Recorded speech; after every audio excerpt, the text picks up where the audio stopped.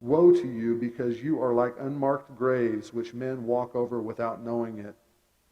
One of the experts in the law answered him, Teacher, when you say these things, you insult us also. Jesus replied, And you experts in the law, woe to you, because you load people down with burdens they can hardly carry, and you yourselves will not lift one finger to help them. Woe to you, because you build tombs for the prophets, and it was your forefathers who killed them. So you testify that you approve of what your forefathers did. They killed the prophets, and you build their tombs. Because of this, God in his wisdom said, I will send them prophets and apostles, some of whom they will kill, and others they will persecute. Therefore this generation will be held responsible for the blood of all the prophets that has been shed since the beginning of the world, from the blood of Abel to the blood of Zechariah, who was killed between the altar and the sanctuary. Yes, I tell you, this generation will be held responsible for it all. Woe to you, experts in the law, because you have taken away the key to knowledge. You yourselves have not entered, and you have hindered those who are entering.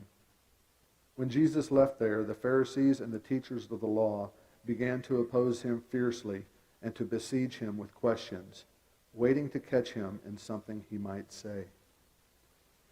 So, here we have, and for those of you who have the red letter edition, you got red words in there. That means Jesus is speaking. He seems to be a pretty important guy. I mean, they actually put his text that he speaks in red. That must mean it's pretty important. Well, who is this Jesus guy, anyway? Did you know that he was talked about 1,500 years before he was born? Go ahead and flip over to the book of Isaiah. I'm going to spend just a little bit of time in there, understanding who Jesus was and where he came from. Isaiah chapter 7, verses 14 and 15. 1,500 years before the birth of Christ, Isaiah penned these words. Isaiah chapter 7, verses 14 and 15. And by the way, it's important to flip through this thing occasionally, or to scroll up and down on your screen. And you know what? If after we get done reading verses 14 and 15, if your eyes linger just a little bit longer on the page and God speaks to you individually through verses 16, 17, 18, 19, or 20, I'm okay with that. Just tune me out for a minute and then come back. Because there may be a reason why God's having us flip through these pages this morning. Chapter 7, verse 14 and 15, book of Isaiah. Therefore, the Lord himself will give you a sign.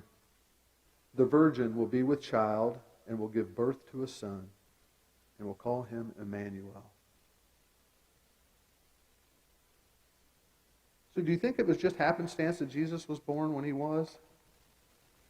No.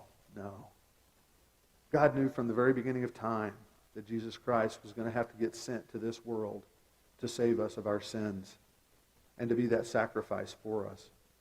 So he gave Isaiah just a little glimpse of Jesus.